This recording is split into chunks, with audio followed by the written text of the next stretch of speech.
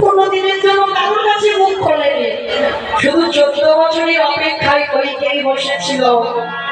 রাম 14 বছর পরে যখন অযোধ্যায় শেষ আসতে বসতেন, তখন যেন আমার দেহ থেকে প্রাণটা ছুঁয়েছে। আশা পর্যন্ত যেন এই দেহে প্রাণটুকু থাকে। এক ঘরে করে দিয়েছিল কইকেয়ী মাকে, আর সারাদিন কেঁদে কেঁদে না কইকেয়ী মা অন্ধ। সারাদিন শুধু নিজের ছেলে রাম শুধু একটাই কথা বলে, না তো রাম কবি তুই ফিরে আসবি বলে না।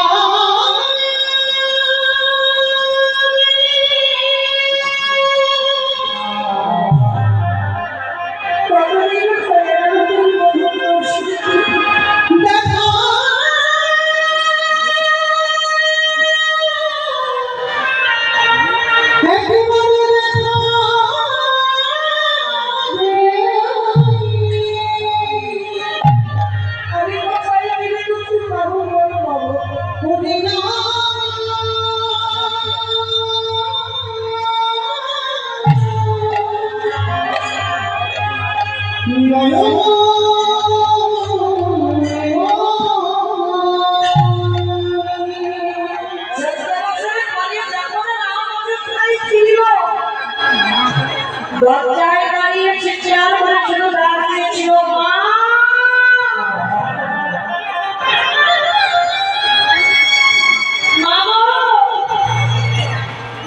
যেই না মা বলে ডেকেছে, রামের মা কৌশলটা ছুটে এসেছে। রাম, এই তো বাবা, আমি তোর মা এসেছি, বল বাবা কি হয়েছে?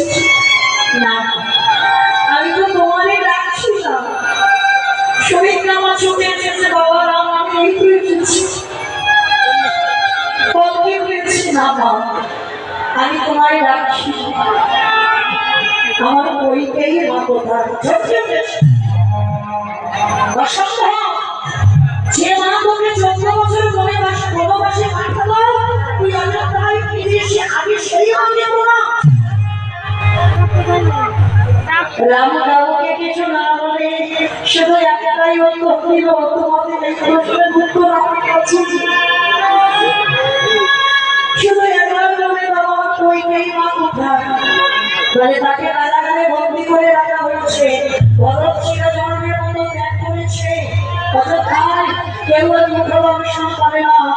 রাম তোকে বনবাসে পাঠানোর অপরাধে সোনায় লুকিয়ে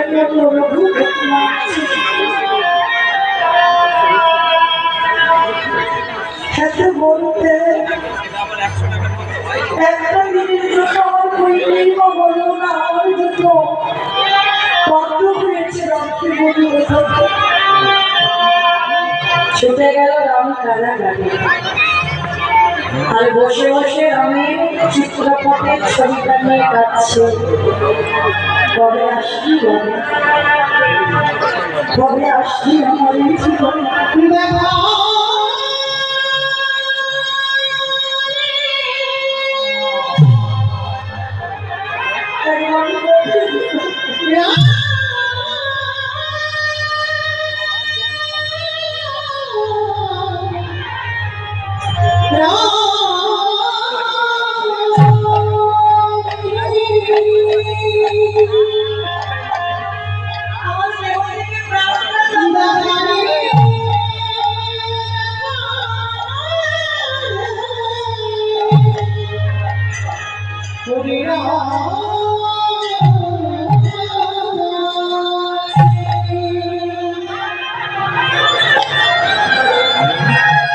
রামচন্দ্র কারাগারে প্রবেশ করে বাবা আশার দিয়ে একেবারে কইকেয়ী মার চরণে লুটিয়ে পড়ে।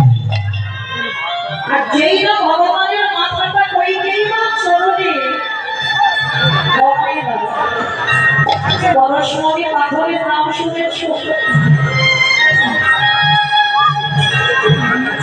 মহাদেব সেখানে বাবা শুনে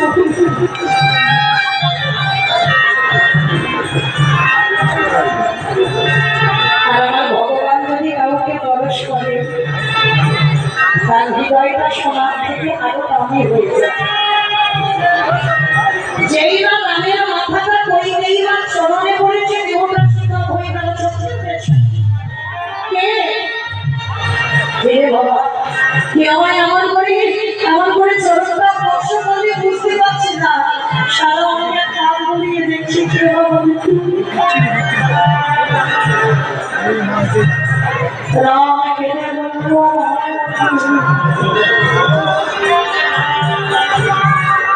আমি হলাম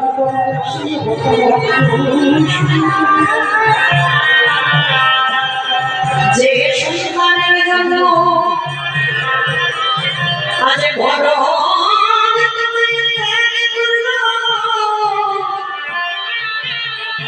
যে রামের জন্য তুমি গোটা ত্রিভুবনে এই জগতে সবাই সবাই জেনে গেল কইকেই মা খারাপ, ওই কইকেই মায়ের জন্য রাম গেল আমি তোমার রাম এসেছি সর্বকে কান্দনের হৃদয় এবার আমি এতদিন আমি এই দিনের অপেক্ষা করছি, তবে তুমি আমার তোমার এখন বড় তুমি আমার কাছে কি চাও?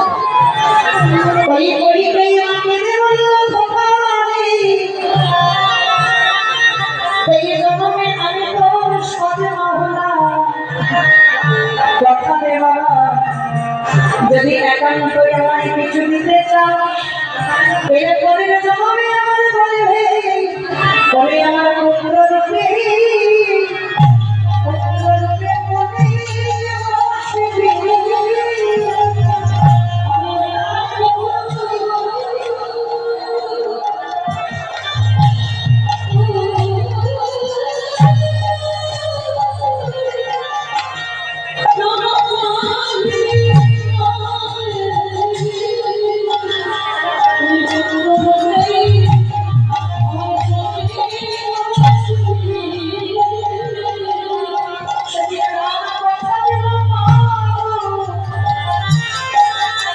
আমি এর পরের জন্মে তোমার ঘরের সন্তান হয়ে যাব।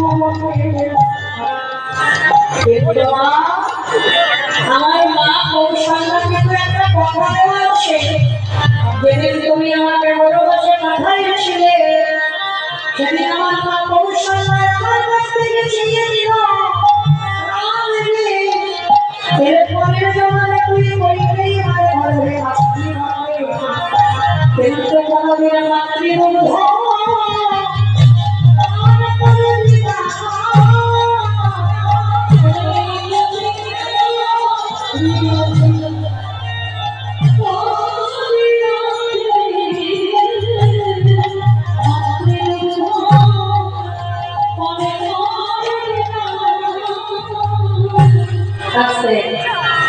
সেদিন আমার বলেছিল কথা দিলাম বাবা, তুই যদি আমার স্তনদুগ্ধ পান নাও করি, কিন্তু আমার পুত্র হয়ে তোমার বলে আসবি, তাহলে সেই করিকেই বাবাকে হলো পরের জন্মে দেবকী মা।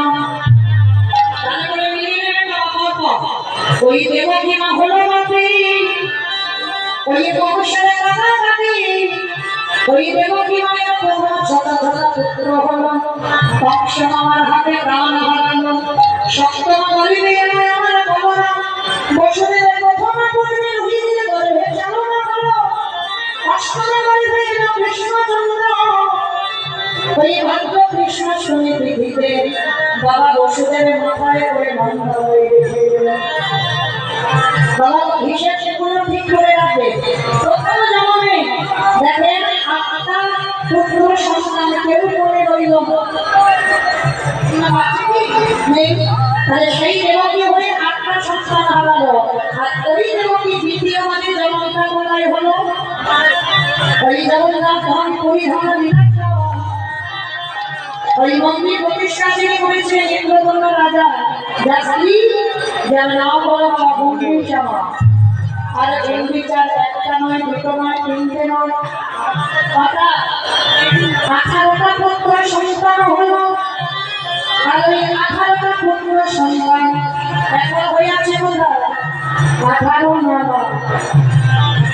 যারা যাবেন জগন্নাথজিকে দর্শনে, জগন্নাথজিকে দর্শন করবার আগে আমার দুটো বস্তু আগে দেখতে হয়, তবে জগন্নাথ দেখার ফল হয়। একটা হচ্ছে 18 নালা, আর আরেকটা হচ্ছে আমার জগন্নাথের সঙ্গে আছে গরুর বসন্ত। আজ আছে আমার মহাপ্রভুর পরশরা, কারণ প্রতিদিন ওই গম্ভীরামে মহাপ্রভু মানে সচল ভগবান অচল ভগবানকে দেখে আসতো।